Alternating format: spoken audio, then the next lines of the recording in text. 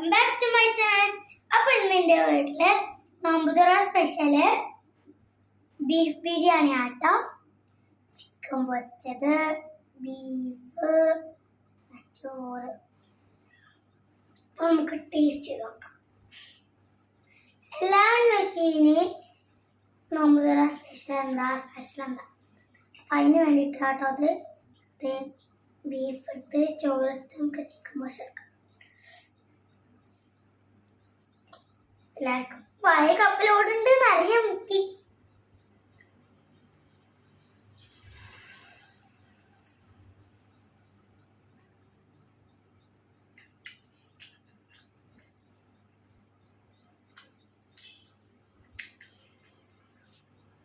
അപ്പം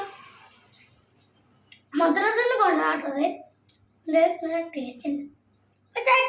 ഈ mini vlog കണ്ടതിന് സബ്സ്ക്രൈബ് ചെയ്യണം.